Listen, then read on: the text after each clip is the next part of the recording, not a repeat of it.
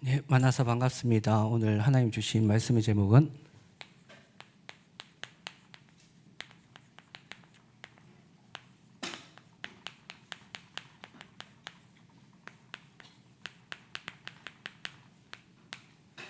글씨가 별로 안 좋아서 안 적으셔도 됩니다. 우리 본문 말씀 함께 읽도록 하겠습니다. 내가 또 말하더니 유업의 열자가 모든 것의 주인이나 어렸을 동안에는 종과 다름이 없어서 그 아버지가 정한 때까지 후견인과 청지기 아래에 있나니 이와 같이 우리도 어렸을 때 이 세상 초등학문 아래서 있어서 종노릇 하였더니 때가 참에 하나님이 그 아들을 보내사 여자에게 나게 하시고 율법 아래에 나게 하신 것은 율법 아래에 있는 자들을 속량하시고 우리로 아들의 명분을 얻게 하려 하심이라. 너희가 아들이므로 하나님이 그 아들의 영을 우리 마음 가운데 보내사 아빠 아버지라 부르게 하셨느니라. 그러므로 내가 후로는 종이 아니요 아들이니 아들이면 하나님으로 말미암아 유업을 받을 자니라. 그러나 너희가 그때는 하나님을 알지 못하여 본질상 하나님이 아닌 자들에게 종노릇 하였더니 이제는 너희가 하나님을 알 뿐 아니라 더욱이 하나님이 아신 바 되었거늘 어찌하여 다시 약하고 천박한 초등학문으로 돌아가서 다시 그들에게 종노릇 하려 하느냐. 너희가 날과 달과 절기와 해를 삼가 지키니 내가 너희를 위하여 수고한 것이 헛될까 두려워하노라. 전도자의 고백이고 편지 내용이죠.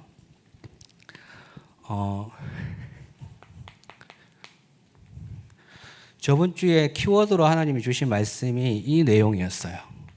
해방, 초등학문, 그리고 한 가지가 생각이죠. 그러니까 우리는 분명히 사단, 죄, 지옥박영에서 해방받았는데 계속 우리도 모르게 율법 아래로 끌려가고 있습니다. 나도 모르게. 이제 이 부분에 대해서 하나님이 말씀하시죠. 끝났다고. 끝났다는 게 뭐냐면 아까도 말씀 들으셔서 아시겠지만 저와 여러분의 노력으로는 눈에 보이지 않는 사단의 권세를 이길 수가 없습니다. 그리고 끊임없이 하나님을 떠나서 불신앙의 죄를 우리 스스로 용서받을 수도 없고요. 용서할 수도 없어요. 그와 동시에 우리가 하나님을 모를 때 살아갔던 실패하고 저주재앙 속에 그 배경 속에 벗어날 수가 없습니다. 이걸 끝내신 분이 저와 여러분과 함께 하시는 거죠.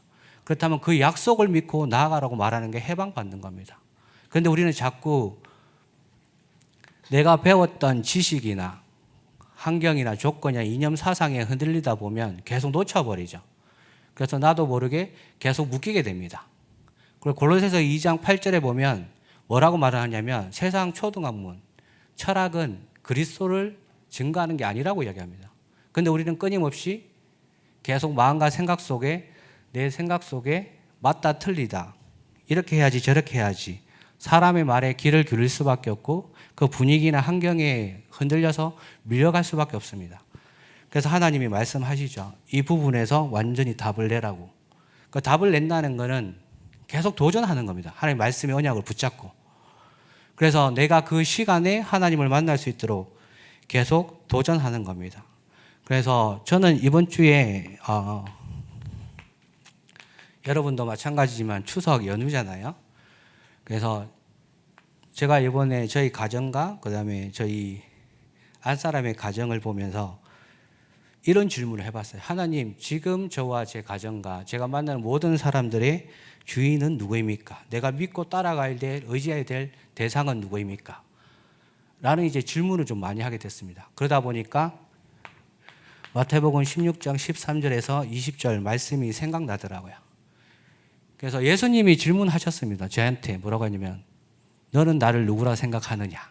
라고 했을 때 저는 인정하기 싫지만 제 마음과 생각 깊은 곳에서는 그렇지. 예수가 그리스도가 맞지. 그렇지만 엘리야처럼 능력이 있어야지. 나에게. 그리고 복음이 맞지만 다른 사람 위에 울 수 있는 눈물도 있어야지. 복음이 맞지만 다른 사람 위해서 소리쳐 틀린 것은 틀리다고 이야기해 줄 수는 있어야지. 그리고 하나님의 말씀을 정직하게 대언해야지. 틀린 거 아니지 않습니까? 맞는데 오직 복음의 기준은 아니지 않습니까? 복음을 가진 자만이 그 현장을 보고 눈물을 흘릴 수 있길래 있을 수 있기에 같이 울려줄 수 있는 거고 그 사람이 틀린 길을 가는 것에 대해서 고면해 줄 수 있는 거고 하나님 말씀을 전달해서. 그리고 그 사람에게 하나님의 능력을 체험한 내가 말로만 떠드는 게 아니라 그 능력을 실제한 증인으로서 이제 전달할 수 있는 거잖아요. 그런데 저도 모르게 자꾸 본질을 놓치게 되더라고요. 계속 믿음의 대상이 말씀이 아니라 그리스도가 아니라 보여지는 부분에 판단하고 결정하고 그 부분을 나도 모르게 따라가고 계속 하더라고요. 그러다 보니까 17장 1절에서 9절에 계속 나는 모세처럼 멋있는 이스라엘을 다스리는 지도자의 그 모습을 꿈꾸고 있고 엘리야처럼 하나님의 능력을 전하는 그런 선지자의 모습을 꿈꾸고 있더라고요. 근데 하나님이 뭐라고 말씀하시냐면 그게 다 맞긴 맞는데 내가 기뻐하는 그 한 가지는 뭐냐? 오직 예수만 남길 원하시더라고요. 그래서 마태복음 16장 13절 20절도 마찬가지고 마태복음 17장 1절에 10절 내용 끝에 보시면 이야기하지 말라고 그래요. 내가 그리스도인 것을. 왜냐? 내 기준과 내 생각이 그리스도가 되지 않으면 계속 다른 것에 내 삶의 방향이 뺏기게 되어 있습니다.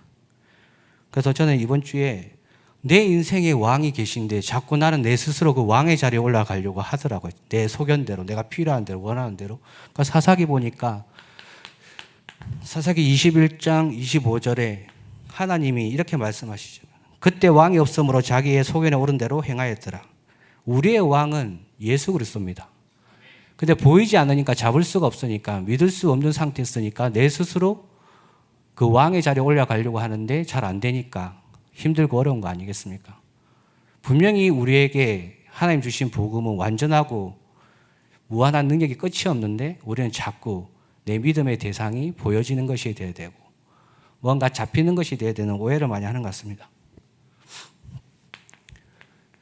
그래서 하나님이 우리에게 자기 자신을 알리기 위해서 성경을 주셨잖아요.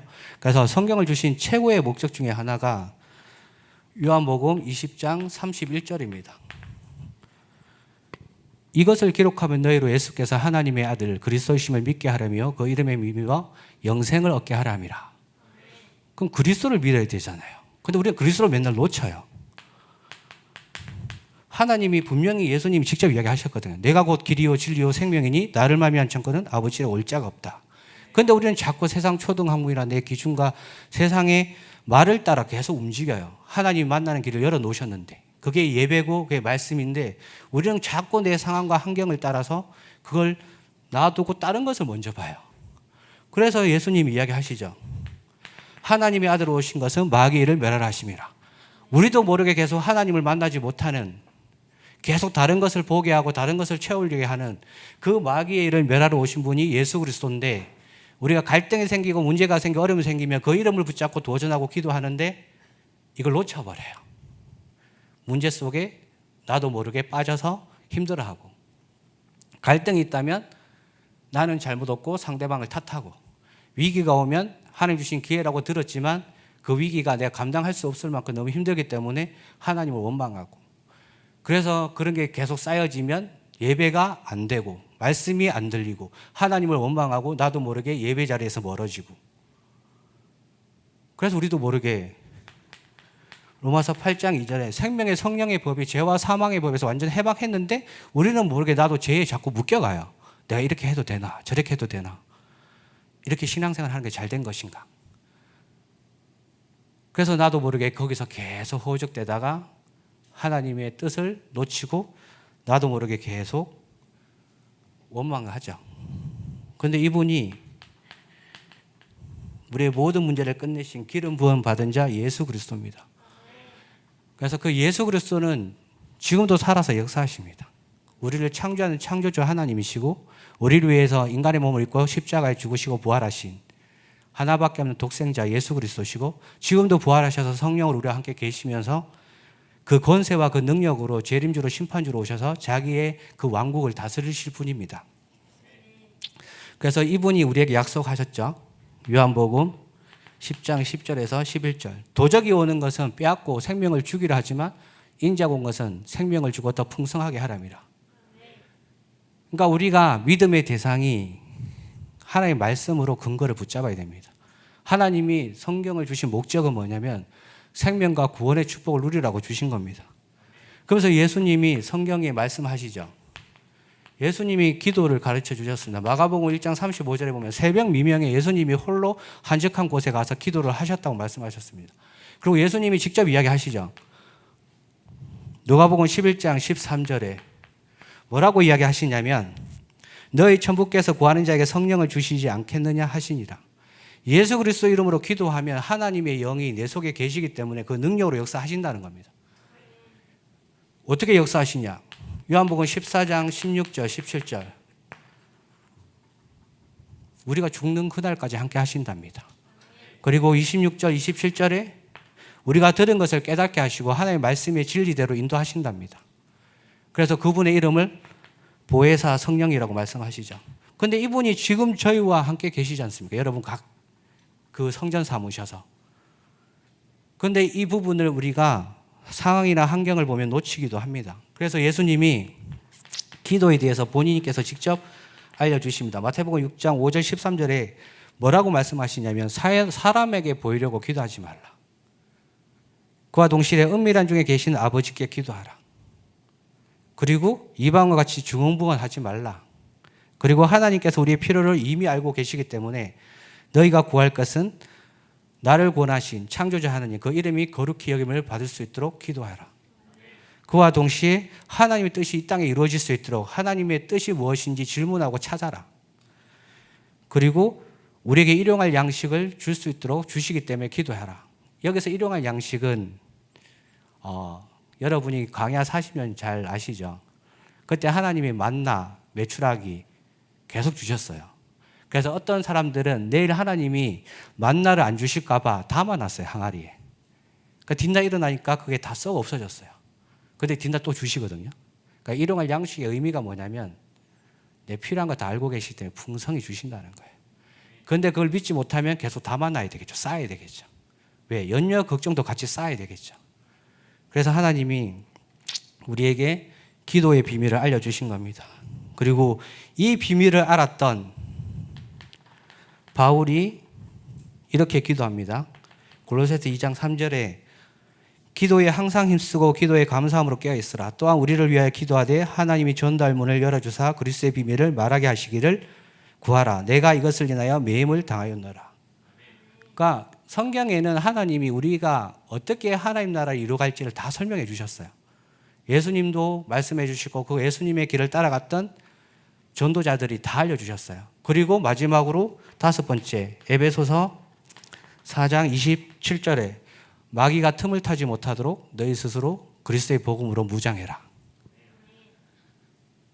그러니까 모든 답을 다 주셨는데 우리가 이 답을 조금 더 집중하고 이 답을 바라봐야 되는데 계속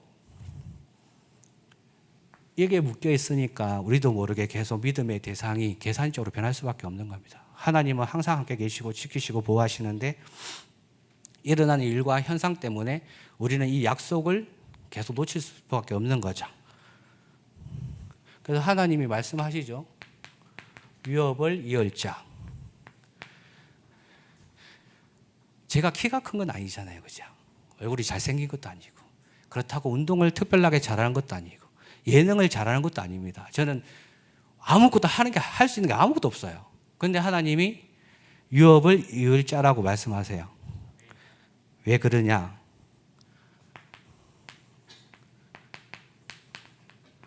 복음의 비밀을 알기 때문입니다. 복음의 비밀을 안다는 것은 예수 그리스도가 누군지 알고 그분과의 관계가 나의 관계가 뭔지를 아는 거죠. 그래서 그분이 우리에게 이렇게 이야기하십니다. 내가 세상 끝날까지 너와 함께 있겠다. 그리고 하늘과 땅의 모든 권세를 내게 주었다. 그리고 너는 모든 축소에 가서 이 복음을 전해라. 라고 말씀하시죠. 그와 동시에 마가복음 16장 15절에서 20절 말씀하시죠. 온 천하에 다니며 만민에게 복음을 전파하라. 믿고 세례를 받는 사람은 구원을 받을 것이요 믿지 않는 사람은 정죄를 받으리라. 주께서 말씀을 마치신 후에 하늘로 올라오사 하나님 우편에 앉으시니라. 제자들이 나가 두루 전파할새 주께서 함께 역사하사 그 다른 표적으로 말씀을 확실히 증가하시니라. 그러니까 우리가 홀로 버려진 게 아니라는 겁니다. 하나님이 어디선지 언제든지 항상 함께 하신다는 거죠. 그리고 우리에게 또 말씀하십니다. 해가 봐 진짜 네가 나를 사랑하느냐. 사랑하잖아요. 근데 연약한 내 모습 때문에 그 말을 약간 못할 때도 있죠. 또 질문하십니다. 해가 봐 정녕 네가 나를 사랑하느냐. 사랑하거든요. 세 번째 질문하세요. 진짜 나를 사랑하느냐. 그러니까 베드로가 근신하여 대답하여 이르되 주여 내가 진짜 주를 사랑합니다. 그 근심이란 뜻이 너무너무 주를 사랑하는데 내 연약한 모습 때문에 그 연약한 모습 때문에 하나님 앞에 다가가지 못하는 자기 안타까움을 표현한 거잖아요. 근데 그것도 하나님이 알고 계세요. 예수님이 알고 계세요. 그래서 그 사랑의 증거로 우리에게 언약을 주셨죠. 렘넌트, 남은 자. 이 복음을 위해서 자기 삶을 투자하고 시간을 투자하고 기도를 투자할 수 있는 그 후대를 찾아 세우라고 말씀하십니다. 그런데 그게 우리의 힘과 능력으로 안 되잖아요. 그래서 오직 성령이 너희에게 임하시면 너희가 권능을 받고 예루살렘과 온 유대와 사마리아와 땅끝까지 이르러 내 증인이 되리라 하시니라. 그러니까 하나님이 저와 여러분을 증인의 길로 만들어 가시는 겁니다. 그래서 사람은 다 각자 시간표가 달라요. 사람은 다 살아온 배경이 다릅니다. 자기가 갖고 있는 상처도 다 달라요. 자기의 생각도 다 달라요. 똑같이 배우고 익히지만 그 사람이 본질적으로 달라요. 왜? 하나님의 형상을 가졌기 때문에 다 다른 겁니다. 그래서 생김새도 다 다르잖아요. 성격도 다 다르잖아요. 한 가족인데. 근데 우리는 자꾸 내 생각과 세상 초등학문에 계속 묶여있다 보니까 계속 비교를 해요. 저 사람은 저런데 나는 왜 이렇지?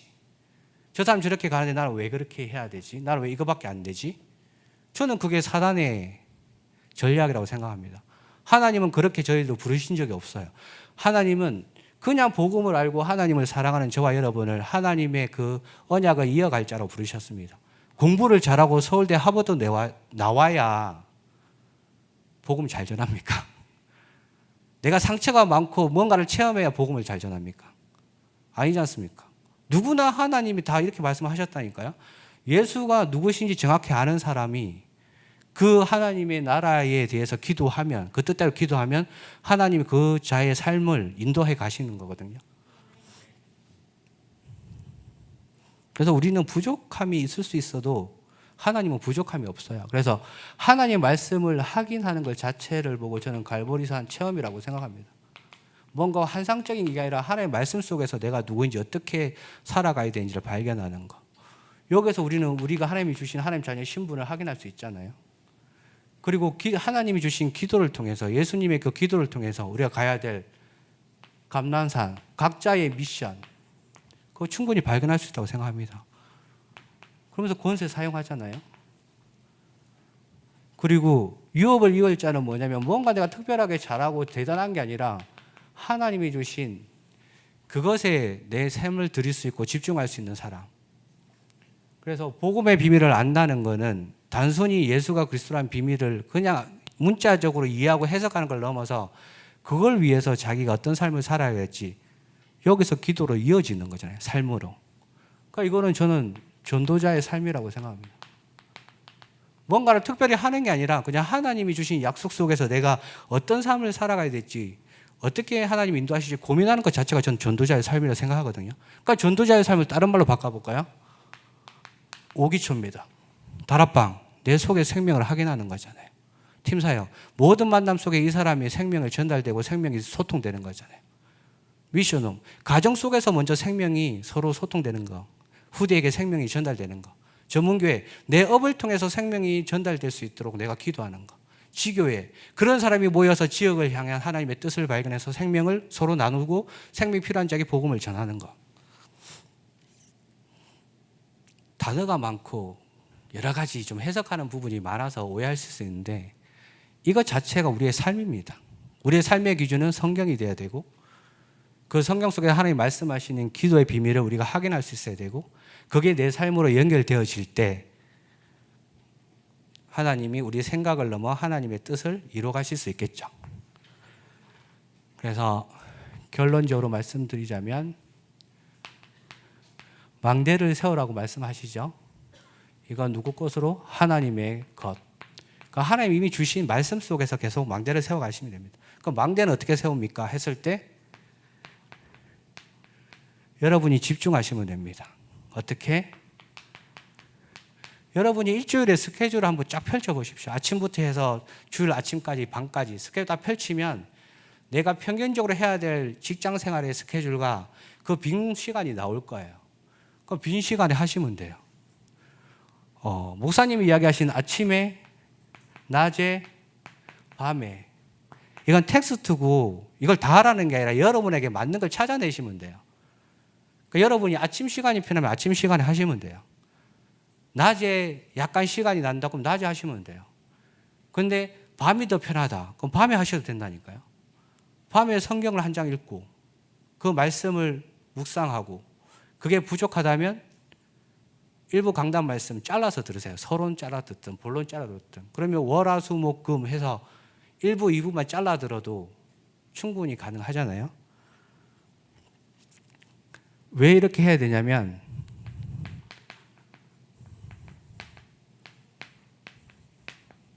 저와 여러분에게 하나님 주시기에 역사적인 묵상운동의 주역이 되라고 말씀하십니다. 뭔가를 많이 화려하게 하는 게 아니라 이걸 하는 사람이 없기 때문에 이걸 통해서 나를 살리고 가정을 살리고 가문을 살리고 후대를 살리라고 말씀하시죠. 그러면서 차세대 후대 렘넌트를 키우는 증인으로 살라고 말씀하십니다.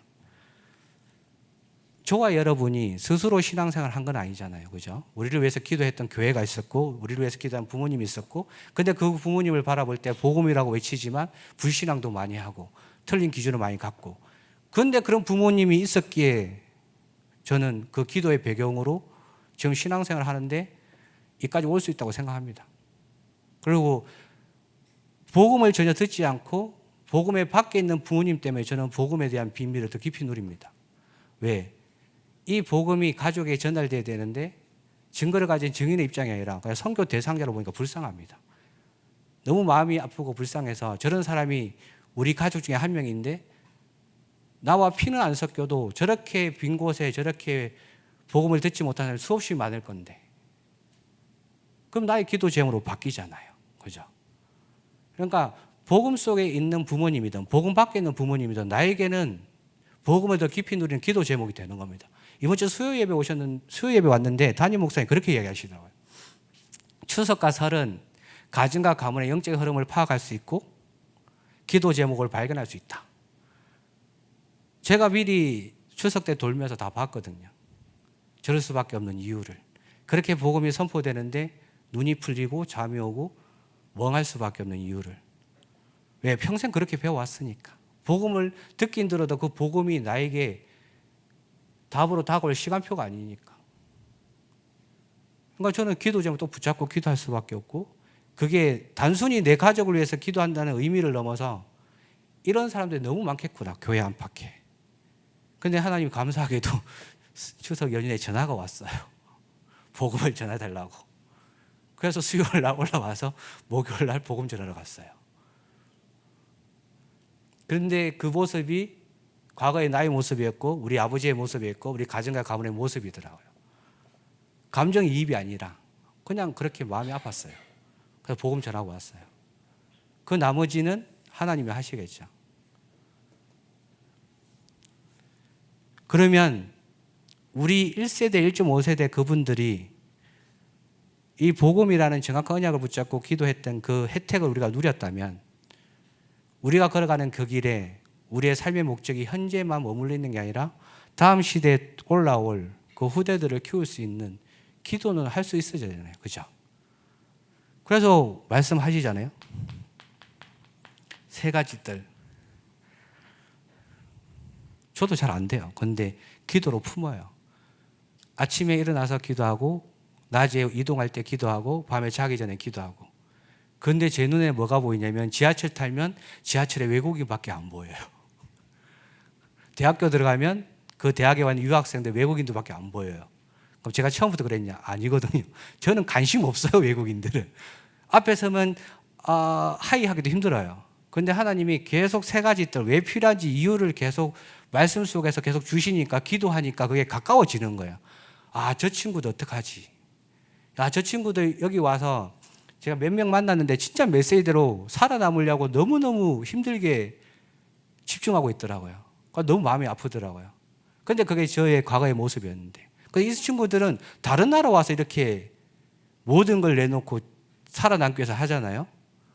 그럼 이 친구들이 성공해서 나가면 뭘 가르치겠어요? 내가 살아남은 방법을 가르치겠죠. 근데 이 친구들이 복음을 안다. 복음을 들었다. 수많은 사람이 복음을 선포했는데 그 중에 한 명이 복음을 들었다. 그럼 우리 교회에 와 있잖아요, 그분들. 그래서 저는 뭔가를 열심히 하고 잘하는 게 아니라 마음속에 품고 기도합니다. 이게 실제로 일어나고 있고 우리 교회에 성취되고 있고 제가 가는 현장마다 이걸 보게 하시기 때문에. 그리고 금토일 시대. 이번 주에 이렇게 부르시더라고요. 가정 안에서 금토일 시대를 준비하라. 그러니까 저와 평생의 동역자가 세계복음의 센터 속에서 평생의 동역자가 조용하다가 갑자기 한 마디 딱 던지더라고요. 가정 예배를 다시 시작합시다. 그러니까 제가 아멘 안 했어요. 토요일 날 스케줄이 많아가지고 기도 중이에요. 그렇다면 왜 이 부분에 우리가 이렇게 집중하고 도전해야 되느냐라고 했을 때 제가 아침마다 묵상하는 성경 구절이거든요. 내가 주께 범죄하지 아니하려 주의 말씀을 내 마음에 두었나이다. 하나님의 말씀을 내 마음에 두게 되면 혹시라도 내가 하나님과 반대 방향으로 갈 수는 있지만 돌아오는 길이 짧아져요. 그리고 시편 119편 43절에 진리의 말씀이 내 입에서 조금 더 떠나지 말게 하소서 내가 주의 규례를 바라였습니다. 그리고 시편 119편 55절에 여호와여 내가 밤에 주의 이름을 기억하고 주의 법을 지켰나이다. 그리고 시편 119편 18절에 제가 성경 읽기 전에 꼭 하는 고백이거든요. 주여 내 눈을 열어서 주의 법에서 귀한 것을 보게 하옵소서. 왜 이렇게 기도하느냐? 안 되니까. 이 응답 받고 싶어서. 그래서 이 응답 받으면 뭐 화려하고 멋있게 되냐? 그게 아니라 제가 하나님의 성령의 열매를 맺을 수 있는 사람으로 하나님 부르셨기 때문에 그것에 가까워질 수 있다는 믿음 때문에. 그러면 성령의 열매가 갑자기 맺어지는 거 아니라 평생의 여정 속에 조금씩 맺어질 수 있잖아요. 그럼 우리는 성령을 위해서 살아가는 삶이 되겠죠. 그러니까 기본적인 복음의 비밀을 알고 복음의 능력을 알고 믿고 고백하고 내가 있는 현장에서 이걸 전할 수 있는 사람으로. 그래서 한번 생각해 보시면 좋겠습니다. 다른 것보다 적어놨는데 안 보이네요. 내 것이 내가 봐도 모르겠네. 다시 적을게요. 여러분 삶 속의 스케줄 한번 확인해 보시면 좋겠습니다. 오늘 저의 말씀은 뭐였냐면 강단 말씀을 듣는 거였고 이 말씀을 준비하는 거였습니다. 오늘 나의 기도가 뭐냐면 이 말씀이 나에게 먼저 성취되길 원했습니다. 오늘 저의 전도는 뭐냐면 오늘 제가 성기고등 청년국의 중요한 우리 동역자들을 만나서 포럼하고 소통하는 거였고요. 이 메시지를 선포하는 거였습니다. 뭐 어렵지 않잖아요, 그죠? 그래서 하나님 우리를 전도자로 부르셨습니다. 그 전도자는 뭔가를 해야 되고 뭔가를 이뤄야 되고 힘든 게 아니라 그냥 삶 속에서 내가 할 수 있는 걸 찾아서 계속 도전하는 겁니다. 그래서 하나님이 주신 그 축복을 누리셨으면 좋겠습니다. 기도합니다. 하나님 아버지 구원에 감사드립니다. 우리의 믿음의 대상이 하나님의 말씀이 되게 하시고 말씀의 중심인 예수 그리스도의 복음으로 충만케 하옵소서. 그 복음의 능력을 우리가 누릴 수 있도록 성경에 기록된 하나님의 그 나라의 일을 할 수 있는 기도가 회복되게 하여 주시고 우리의 삶의 스케줄을 통하여 딴 것까지 증인될 수밖에 없는 하나님의 뜻을 이루어가는 증인되도록 축복하여 주시옵소서. 모든 말씀 감사드리며 우리 주 예수 그리스도 이름으로 기도합니다. 아멘. 전 이거 하려고 교회 오기 때문에 한번 인사하겠습니다. 죄송합니다. 예배 드리려고 교회 옵니다. 그래도 우리 청년들 봤는데 반갑게 우리 한번 인사하겠습니다. 메리 크리스마스! 네, 우리 준비되어지고 있는 여러 가지 부분들이 있습니다. 힐링 캠프도 지금 준비가 되어지고 있고요. 또 지역 현장에서 전교인 전도 캠프도 이어지고 있습니다. 그리고 또 성탄 캠프도 벌써 이제 준비가 되어질 겁니다. 그리고 일본 캠프도 진행이 됩니다. 하나님께서 우리에게 응답하실 제목들이 너무 많으니까요. 마음 담고 한 여정 한 여정을 참여하시면서 하나님께서 무엇을 준비하셨는지 확인하고 누리는 우리 모든 청년들이 되길 소망합니다. 기도하겠습니다. 하나님 감사합니다. 예물 드릴 수 있도록 축복하신 것 너무너무 감사를 드립니다. 하나님께서 우리에게 허락하신 것 주님께 성심껏 돌려드렸사오니 예물이 쓰여지는 모든 곳에 하나님의 영광이 나타나며 하나님의 나라가 임하게 하여 주옵소서.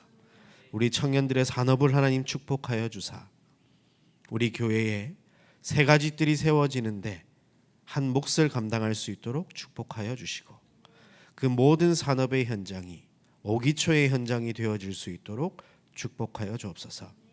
오늘 우리가 정말로 하나님이 주신 언약 붙잡고 기도 속으로 들어가길 소망합니다.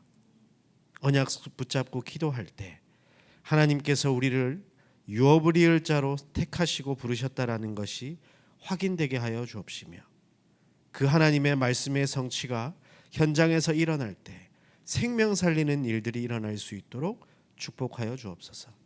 여러 가지 하나님께서 우리에게 허락하신 축복의 제목들이 있습니다. 하나님 그거 품고 기도하다가 그 현장에서 하나님의 것을 확인할 수 있도록 역사하여 주옵소서. 이제는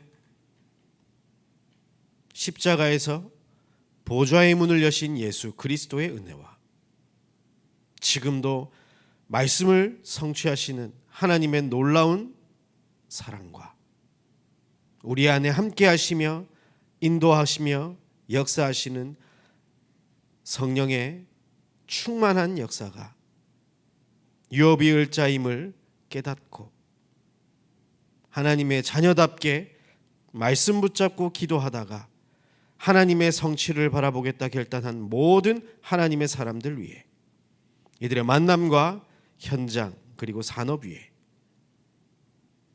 우리 임마누엘 서울 교회 위에 이제로부터 영원까지 항상 함께 있을지어다. 아멘.